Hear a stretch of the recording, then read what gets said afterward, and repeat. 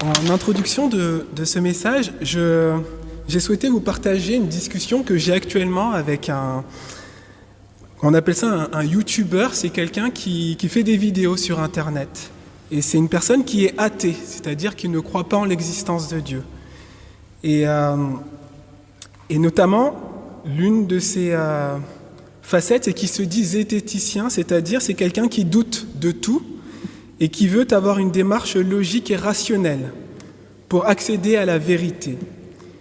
Et il dit notamment ceci, dans l'une de ses toutes dernières vidéos, il dit ceci: « Pas de preuve, pas de raison de croire. » Et il dit, pour être rationnel, il nous faut indexer nos croyances sur nos connaissances, sur les preuves que l'on a, sur notamment nos connaissances scientifiques.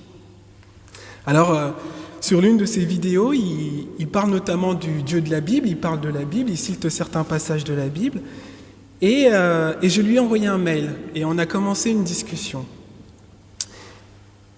Et en fait, ce qu'il dit, lorsqu'il dit pas de preuve, pas de raison de croire, c'est une chose que nous présupposons tous aujourd'hui dans notre société d'aujourd'hui. Pour croire en une chose, il nous faut de bonnes raisons, il nous faut de bonnes preuves. Mais cette affirmation n'est pas vraie. Pourquoi ? Parce qu'il y a beaucoup de choses auxquelles on croit, pour lesquelles on n'a pas forcément de preuves. Comme par exemple l'existence du monde extérieur, l'existence des choses qui sont autour de nous. Un philosophe très connu a montré qu'en fait nos sens peuvent nous tromper. Et en fait on ne peut pas affirmer que le monde extérieur existe. Et il y a d'autres éléments, par exemple les règles de la logique. C'est des éléments pour lesquels on n'a pas de preuves, et pourtant, on est rationnel, on est logique, on est cohérent de penser que le monde extérieur existe. Il y a donc des éléments pour lesquels on n'a pas de preuves.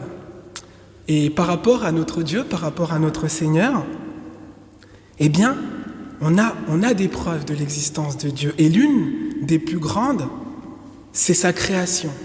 C'est ce que Dieu a créé. Et c'est l'une des bonnes raisons que nous avons en faveur de l'existence de Dieu.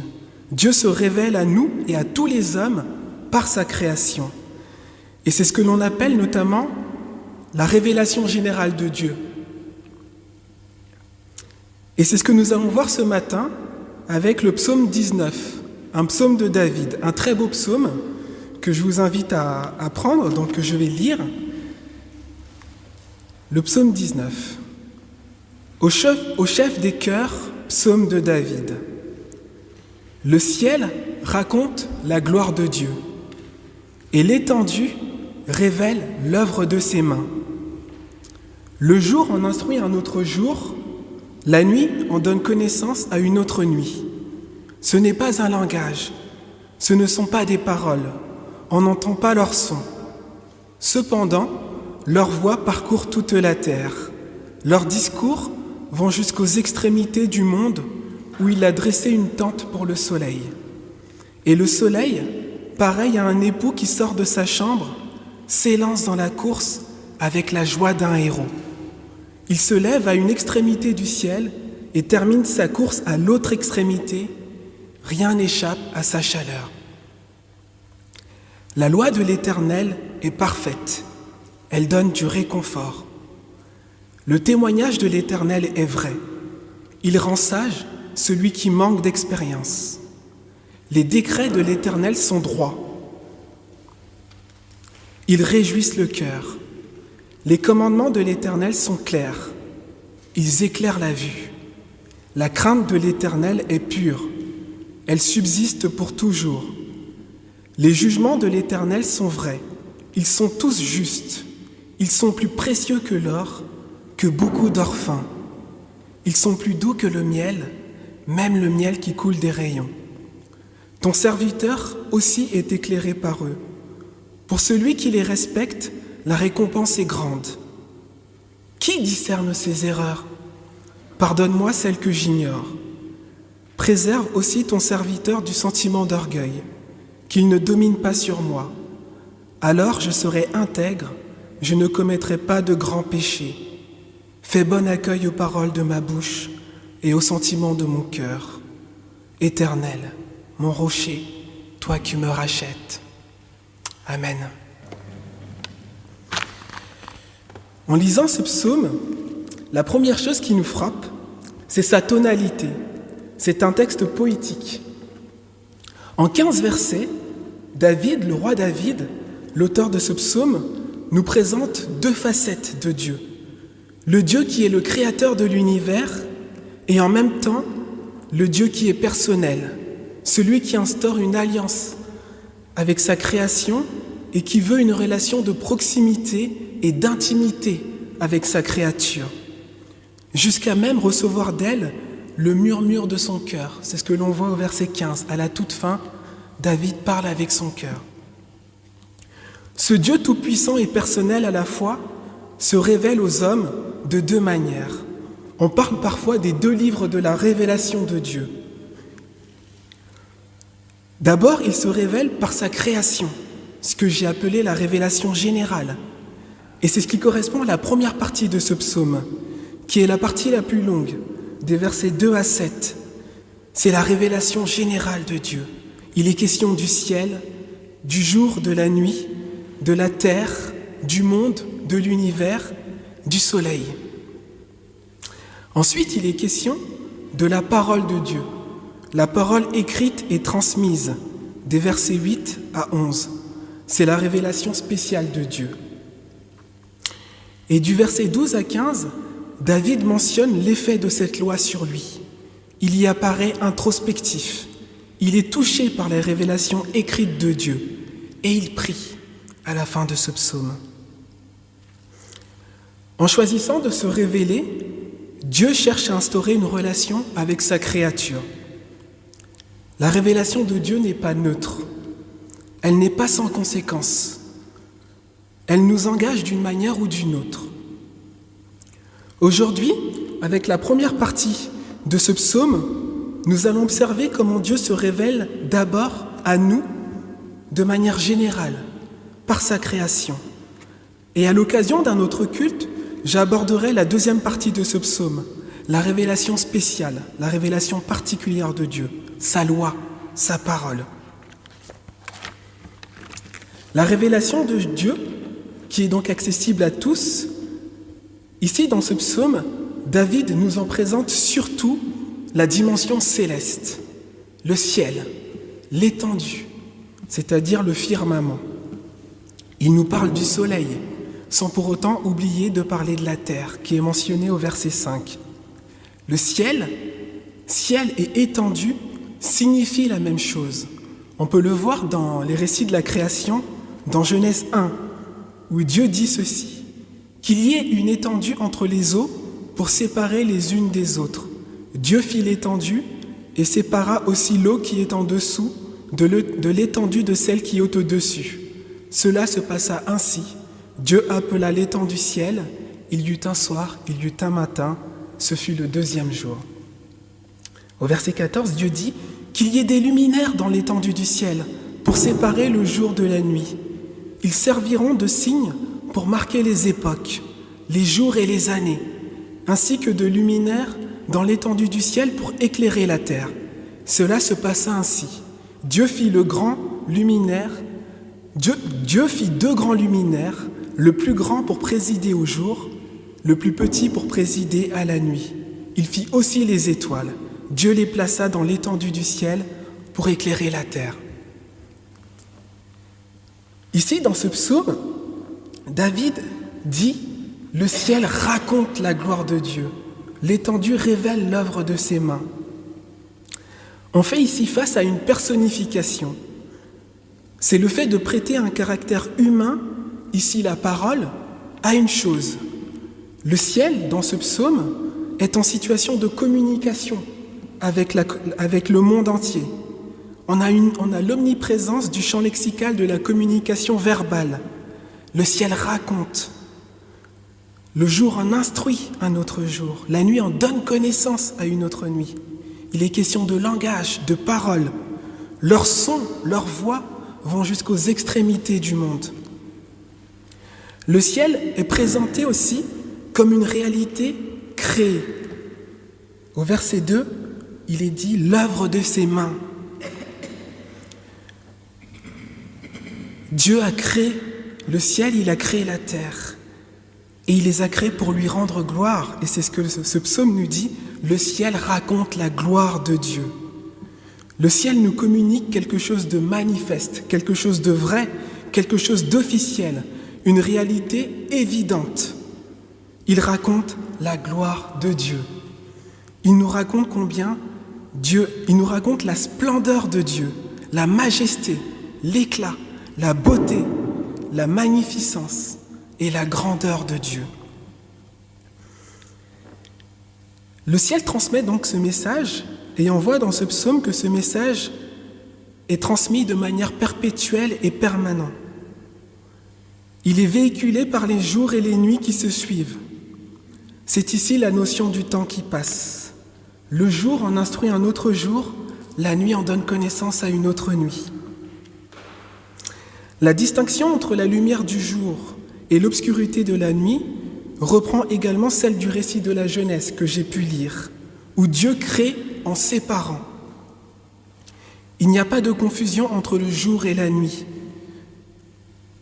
C'est comme un peu dans ce jeu du bouche à oreille, sauf que ici, le message qui est transmis par le jour et la nuit n'est pas déformé. Depuis la création, ce message est véhiculé jour après jour et nuit après nuit. Dieu, le Créateur, est glorieux. Par la suite, on voit un paradoxe dans ce psaume, celui d'un récit verbal, mais silencieux. Au verset 4, il nous est dit, ce n'est pas un langage, ce ne sont pas des paroles, on n'entend pas leur son. Elle transmet la connaissance, elle fait entendre sa voix, mais le fait sans parole, sans discours, de manière silencieuse, comme il est dit au verset 4, on n'entend pas leur son. En effet, et nous tous, nous pouvons faire l'expérience, il suffit de contempler la création de Dieu pour admirer la gloire de Dieu. Et c'est bien là le témoignage de la création de Dieu. Il témoigne la gloire, la grandeur de Dieu.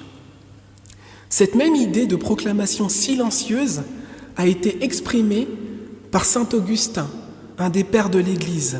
Il a dit ceci: « Le monde lui-même, par l'ordre de ses révolutions et la constance de ses vicissitudes, c'est-à-dire de ses changements, par la beauté de tous les objets visibles, proclame en silence qu'il a été créé et n'a pu l'être que par un Dieu ineffablement et invisiblement beau. » Au début de son épître aux Romains, l'apôtre Paul développe cette même vérité lorsqu'il dit « Car ce qu'on peut connaître de Dieu est évident pour eux, pour les hommes, puisque Dieu le leur a fait connaître. En effet, les perfections invisibles de Dieu, sa puissance éternelle et sa divinité se voient depuis la création du monde. Elles se comprennent par ce qu'il a fait. » En présentant la création comme l'œuvre des mains du Créateur, David signifie d'emblée que Dieu est bien le Créateur de l'univers, celui qui l'a façonné de ses mains. La création tout entière témoigne. Elle parle d'elle-même et son témoignage est suffisamment éloquent. Sa simple existence est proclamation.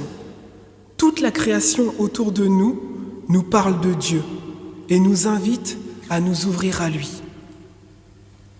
Et Paul poursuit au début de son épître en disant ceci: « Ils sont donc inexcusables, les hommes. Ils sont donc inexcusables, puisque tout en connaissant Dieu, ils ne lui ont pas donné la gloire qu'il méritait en tant que Dieu, et ils ne lui ont pas montré de reconnaissance. Tout en connaissant Dieu par sa création, les hommes ne lui ont pas rendu gloire. Ceux qui refusent d'honorer Dieu, de le respecter et de lui rendre gloire sont inexcusables. La révélation générale qui proclame la gloire de Dieu est suffisante pour ôter toute excuse à celui qui revendiquerait le droit à l'ignorance pour justifier son refus de Dieu. L'homme n'a aucune excuse à présenter à Dieu. Personne ne pourra dire « je ne savais pas », parce que la création témoigne de la gloire de Dieu. Et cette proclamation de la gloire de Dieu, elle est universelle, et c'est ce que l'on voit au versets 5 et 6. Ces versets soulignent la dimension universelle et incontournable de la révélation générale. Elle parcourt toute la terre. Elle va jusqu'aux extrémités du monde. Dans d'autres versions, jusqu'aux extrémités de l'univers. Toute la terre, tout l'univers est concerné.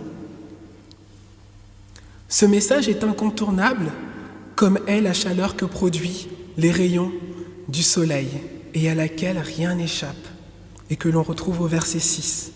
Le soleil, c'est un témoin rayonnant de la gloire de Dieu. Après avoir parlé des cieux, il est logique pour David de mentionner le soleil. En effet, il est dans le ciel, il contribue lui aussi donc à cette communication. Il est même le témoin le plus rayonnant de la gloire de Dieu. Et nous le savons bien, c'est par son mouvement apparent qu'a lieu l'alternance du jour et de la nuit. Ou plutôt, c'est par le mouvement de la Terre, sa rotation sur elle-même et sa révolution autour du Soleil qu'il y a cette alternance de jour et de nuit. On assiste ici donc à un passage de témoin entre la communication du ciel et la course du Soleil. Le Soleil se lève à une extrémité du ciel et termine sa course à l'autre extrémité. Le Soleil est un acteur singulier de ce spectacle céleste. C'est un acteur en mouvement. Il sort, il s'élance dans la course, il se lève et il termine sa course. C'est un acteur, certes, mais qui joue un rôle sous la direction de Dieu. Dieu est directeur et metteur en scène de ce spectacle. En effet, Dieu s'implique personnellement en dressant une tente pour le soleil, comme nous dit le psaume. Dieu lui assigne une place dans le ciel. Dieu préside à sa destinée et par voie de conséquence à celle de toute la création, nous y compris.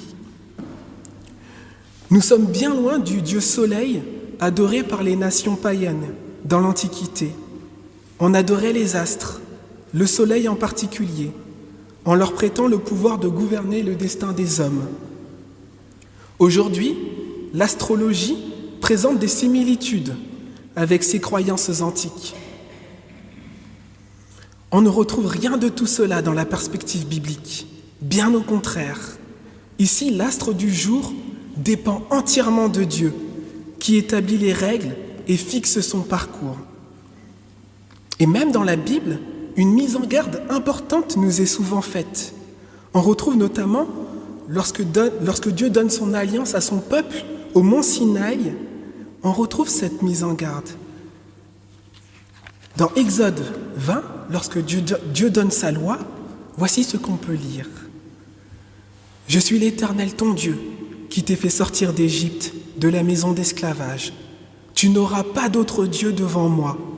Tu ne te feras pas de sculpture sacrée, ni de représentation de ce qui est en haut dans le ciel, en bas sur la terre et dans l'eau plus bas que la terre. Tu ne te prosterneras pas devant elles, et tu ne les serviras pas, car moi l'Éternel, ton Dieu, je suis un Dieu jaloux. » Lors de la communication de cette loi, de ces 10 commandements à son peuple, il y a eu une communication entre le ciel et la terre. Dieu est descendu sur la terre, sur cette montagne, et il a communiqué sa loi à son peuple. Et c'est le sujet de la deuxième partie du psaume que l'on abordera une autre fois. Dans la Bible, il n'y a donc aucune confusion possible entre Dieu le Créateur et sa création. Au verset 6, le psaume se termine par une métaphore nuptiale. Le soleil est comparé à un époux qui sort de sa chambre. Cela exprime la dimension festive de la révélation générale. Il y a de la joie, il y a de la vie. La présence rassurante et réconfortante du soleil qui réchauffe sont au cœur de l'intention de Dieu. Or, on sait combien cette présence est indispensable sur la terre. Mais nous savons bien que la création tout entière est affectée par les conséquences de la chute de l'homme. Comme le précise l'apôtre Paul dans son épître aux Romains. En effet, la création a été soumise à l'inconsistance, non de son propre gré, mais à cause de celui qui l'y a soumise. Toutefois, elle a l'espérance d'être elle aussi libérée de l'esclavage de la corruption pour prendre part à la glorieuse liberté des enfants de Dieu. Romains 8, versets 20 à 21. Sur la terre, nous sommes régulièrement témoins des conséquences de la chute de l'homme. Il est question de dérèglement climatique, de réchauffement. Il y a des tsunamis, des ouragans, des tremblements de terre, des animaux en voie de disparition, des espèces qui ont déjà disparu, des marées noires, des virus, une pandémie. La création est affectée par le péché, toute la création, et nous y compris. Toutes ces mauvaises nouvelles peuvent saper notre morale. Elles peuvent également nous conduire à blâmer le Créateur. Dieu, où es-tu ? Cela est d'autant plus vrai lorsque nous sommes directement touchés par les circonstances de la vie. Cela peut parfois nous conduire à nous éloigner de Dieu ou à lui en vouloir, à lui faire des reproches. Comme Job. Vous connaissez Job ? Face à la souffrance, il fait des reproches à Dieu. Et comment est-ce que Dieu lui répond à Job ? L'Éternel lui répond en décrivant l'œuvre de ses mains et le questionne. Je lis dans Job 38, versets 4 à 5. Dieu qui parle à Job. « Job, où étais-tu quand j'ai fondé la terre ? Déclare-le, puisque tu es si intelligent. Qui a fixé les dimensions ? Tu le sais, n'est-ce pas ? Ou qui a déplié le ruban à mesurer sur elle ? » Un peu plus loin, Job répond « Oui, j'ai parlé sans les comprendre de merveilles qui me dépassent et que je ne connais pas. Mon oreille avait entendu parler de lui, de toi, mais maintenant mon œil t'a vu. C'est pourquoi je me condamne et je reconnais mes torts sur la poussière et sur la cendre. » Avec humilité et face à la grandeur de Dieu, Job reprend sa place de créature devant son Créateur. Et Dieu le réhabilite totalement dans les différents aspects de sa vie. Job avait tout perdu. Il avait perdu sa famille, ses enfants, sa maison, il avait perdu ses serviteurs, toutes ses propriétés. Et Dieu le réhabilite lorsque Job s'humilie devant Dieu. En choisissant de se révéler à nous, Dieu cherche à instaurer une relation personnelle avec chacun de nous, comme nous l'avons vu. Sa révélation n'est pas neutre, elle n'est pas sans conséquence pour nous, elle nous engage. Comme l'a dit l'apôtre Paul, l'homme n'a aucune excuse à donner. Et ce qui est extraordinaire, c'est que notre Dieu ne s'est pas contenté de créer l'univers en restant au ciel, comme le pensent les déistes, ceux qui pensent que Dieu a créé l'univers, mais ne s'est pas impliqué. Non, il est venu jusqu'à nous, quittant la gloire de son ciel, comme le dit ce beau chant. Dieu est entré dans l'espace et le temps qu'il a lui-même créé. James Irwin, un astronaute américain, l'un des 12 hommes qui ont marché sur la Lune, a dit ceci. La plus grande chose dans l'histoire de l'humanité, ce n'est pas que l'homme a marché sur la Lune, mais c'est Dieu qui a marché sur la terre en la personne de Jésus-Christ. Jésus-Christ est venu jusqu'à nous, donnant sa vie pour nous sauver. Il a été crucifié sur une croix dans un lieu bien précis de notre planète Terre, sur le mont du Calvaire, et à une époque bien précise de notre histoire, il y a environ 2000 ans. Et comme nous l'avons vu la semaine dernière, Dieu l'a ressuscité des morts. Et c'est aussi là notre espérance, et c'est aussi celle de la création tout entière. L'apôtre Paul nous dit ceci dans Romains 8. « J'estime que les souffrances du moment présent ne sont pas dignes d'être comparées à la gloire qui va être révélée pour nous. De fait, la création attend avec un ardent désir la révélation des fils de Dieu. Notre part à nous, créatures, est d'honorer notre Dieu avec humilité, de le respecter et de lui rendre la gloire qu'il mérite en tant que créateur de l'univers, avec un cœur sincère et vrai. À Dieu soit toute la gloire. Amen.